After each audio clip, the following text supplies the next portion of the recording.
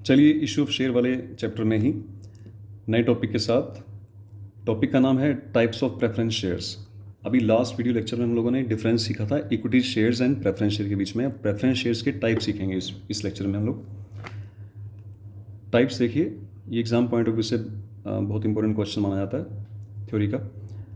Types of preference shares, first है, इसमें जैसे पेयर बने हुए हैं, cumulative, non cumulative, participating, non participating, redeemable, irredeemable, फिर कन्वर्टिबल, नॉन कन्वर्टिबल। तो ऐसे पेयर में सीखेंगे इनको हम लोग, ठीक है।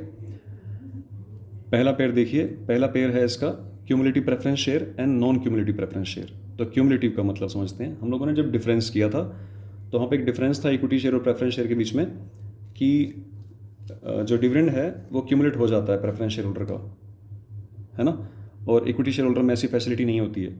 तो क्यूमुलेटिव का मीनिंग सीखते हैं यहाँ पे और शेडिंग से। क्यूमुलेटिव प्रेफरेंस शेयर्स क्या होते हैं? सपोज कीजिए 31 मार्च 16 को कंपनी ने डिविडेंड देना था प्रेफरेंस शेयर होल्डर को at the rate of 8%, but नहीं दे पाई ड्यू टू द लॉस, तो ये अनपेड रह गया। फिर 31 मार्च 17 को यानी कि नेक्स्ट ईयर फिर डिविडेंड देना था 8%, बट ये नहीं दे पाई क्योंकि लॉस था कंपनी में, तो ये भी अनपेड रह गया। थर्ड ईयर आया 31 मार्च 2018।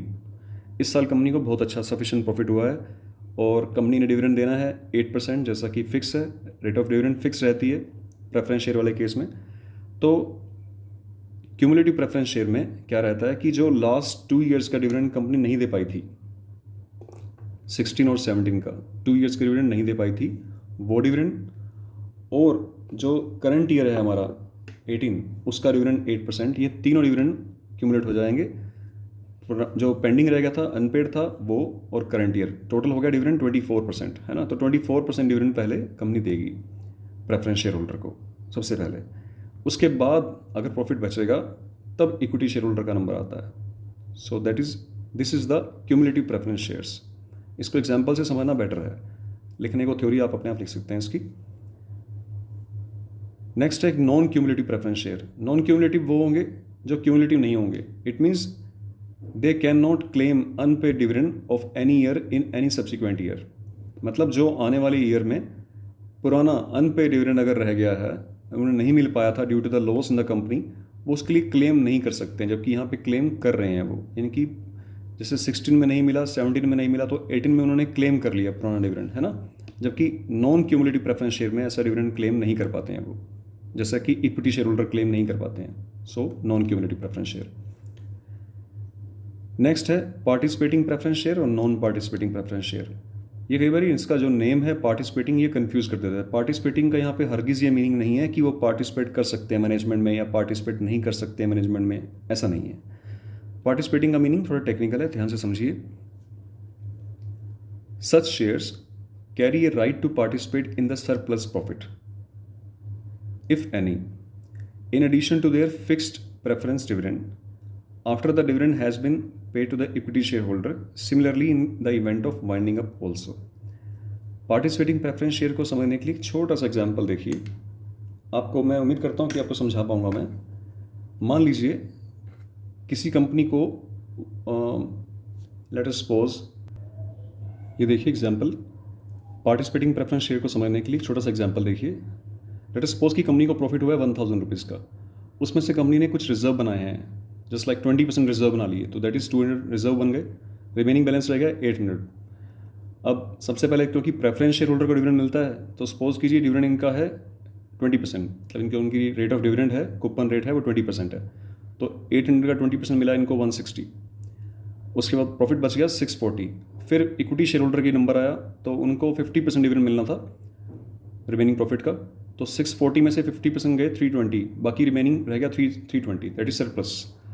अब सरप्लस बच गया है तो पार्टिसिपेटिंग प्रेफरेंस शेयर फिर से इसमें पार्टिसिपेट करेंगे इस सरप्लस में से। हालांकि वो डिविडेंड ले चुके हैं एक बारी, they got the dividend, but उसके बाद फिर से पार्टिसिपेट करेंगे वो। सपोज कीजिए फिर से इनको 20% डिविडेंड मिलना है, ठीक है, पार्टिसिपेटिंग को, तो फिर से इसका 20% यानी कि 64 रुपीज़ वो फिर ले जाएंगे। That is called participating preference share, ठीक है।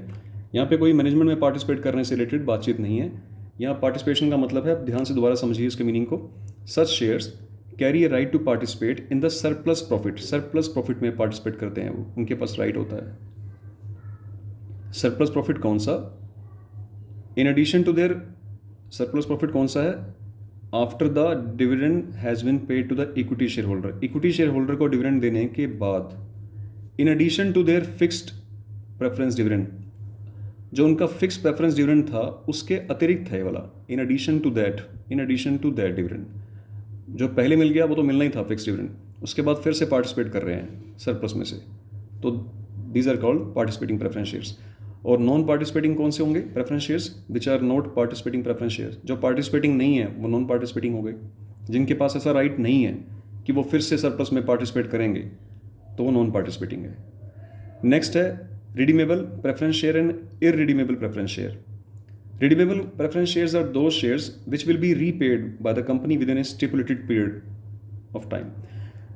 जैसे कि कंपनी प्रेफरेंस शेयर इशू करती है तो कंपनी अपने प्रोस्पेक्टस में ये इंफॉर्मेशन देगी प्रेफरेंस शेयर होल्डर को, इन्वेस्टर्स को, कि आपका पैसा कितने टाइम के बाद वापस हो जाएगा, रीपेमेंट ऑफ जो मनी है वो कितना टाइम के बाद वापस हो जाएगी। That is called redeemable preference share. Redeemable मतलब repayment of loan, repayment of money, ठीक है। तो which will be repaid by the company within a stipulated period of time. Suppose कीजिए कंपनी ने प्रेफरेंस शेयर इशू किए हैं लोगों को और ये कहा कि these are redeemable after 5 years, तो 5 ईयर्स के बाद उनका पैसा लोगों को वापस कर देगी company. That is redeemable preference share. अब इररिडीमेबल क्या हुआ? Which can not be repaid या रिफंडेड बिफोर वाइंडिंग अप। जैसे कि इक्विटी शेयर होल्डरों की अगर मैं बात करूं, इक्विटी शेयर्स जो होते हैं वो सभी के सभी इररिडीमेबल होते हैं। इक्विटी शेयर्स का पैसा कंपनी के लाइफ टाइम में वापस नहीं होता है। जब कंपनी का वाइंडिंग अप होता है, जब कंपनी दी एंड होती है, तभी उनकी पेमेंट जो कैपिटल है वो रिफंड की जाती है, वो भी प्रेफरेंस शेयर होल्डर को देने के बाद। हम लोगों ने डिफरेंस में सीखा था लास्ट डिफरेंस में। तो इररिडीमेबल प्रेफरेंस शेयर कौन से हो गए? जिनका कंपनी अपने जीवन काल में लाइफ टाइम में पैसा वापस नहीं करती है, सिर्फ वाइंडिंग अप के टाइम ही वापस करती है, ठीक है। एक सेक्शन 55 है कंपनीज एक्ट 2013 में, वो प्रोहिबिट कर रहा है हमें सच टाइप ऑफ शेयर्स और the shares which are redeemable after the expiry of 20 years from the date of its issue. Section 55 जो है कंपनीज एक्ट 2013 में, वो इरिडीमेबल प्रेफरेंस शेयर्स को इशू करने के लिए मना करता है, या फिर ऐसे प्रेफरेंस शेयर को इशू करने के लिए मना करता है जिनका एक्सपायरी पीरियड 20 ईयर्स के बाद हो। मतलब कोई भी company irredeemable preference share issue नहीं कर सकती है, और ना ही ऐसे भी प्रेफरेंस शेयर इशू कर सकती है जो जिनकी एक्सपायरी 20 ईयर्स के बाद हो, मतलब जिनका पैसा 20 साल के बाद देना हो कंपनी ने। तो जनरली जो प्रेफरेंस शेयर इशू होते हैं वो कौन से होते हैं? रिडीमेबल, मतलब with in a stipulated time लोगों का पैसा वापस कर देती है कंपनी। अब लास्ट पेयर की तरफ आएंगे हम लोग। लास्ट पेयर है convertible preference share and non convertible preference share. देखिए लास्ट पेयर है convertible preference share and non convertible preference share. Convertible preference shares means holders of these type of shares have a right to get their preference shares converted into equity shares at their option according to the terms of issue। Convertible का मतलब होता है company ने preference share issue किए तो लोगों ने वो शेयर सब्सक्राइब किए, खरीद लिए, बन गए शेयर होल्डर। अब कंपनी उनको कहती है कि हम आपको एक ऑप्शन देते हैं कन्वर्जन का। कन्वर्जन का ऑप्शन ये है कि आप जब चाहें, मतलब according to the terms of issue, after 1 year चाहें, after 1 year, after 2 years, after 6 month, जो भी टाइम लिमिट फाइनल होगी उसमें अपने शेयर्स को आप कंपनी को वापस देकर उसके बदले में अदर फॉर्म ऑफ शेयर्स या डिबेंचर्स ले सकते हैं। That is called convertible preference share. Convertible का मतलब they can convert their preference share into some other type of shares और in the form of any capital, just like debentures and shares. So convertible preference shares दोबारा देखते हैं। Holders of these type of shares have a right, उनके पास right रहेगा ऐसे holders के पास, to get their preference share converted, वो अपने शेयर्स को कन्वर्ट करा सकते हैं into equity shares, equity share में कन्वर्ट करा सकते हैं at their option according to the terms of issue, उनके ऑप्शन के अकॉर्डिंगली जैसा कि टर्म्स ऑफ इशू रहेगी। नॉन कन्वर्टिबल प्रेफरेंस शेयर कौन से हुए? When the holders of preference shares having not the above mention right in 7 point में जो राइट दिया गया था कि वो अपने शेयर्स को कन्वर्ट करा सकते हैं इक्विटी शेयर्स में। पहले वो प्रेफरेंस शेयर होल्डर थे, अब वो इक्विटी शेयर होल्डर बनना चाहते हैं, तो इस केस में नहीं बन सकते, इस केस में वो बन सकते हैं। ठीक है, तो ये डिफरेंसेस थे। हम लोगों ने 4 पेयर्स किए हैं। 4 पेयर्स में cumulative, non cumulative, participating, non participating, redeemable, irredeemable और convertible, non convertible. Thank you so much.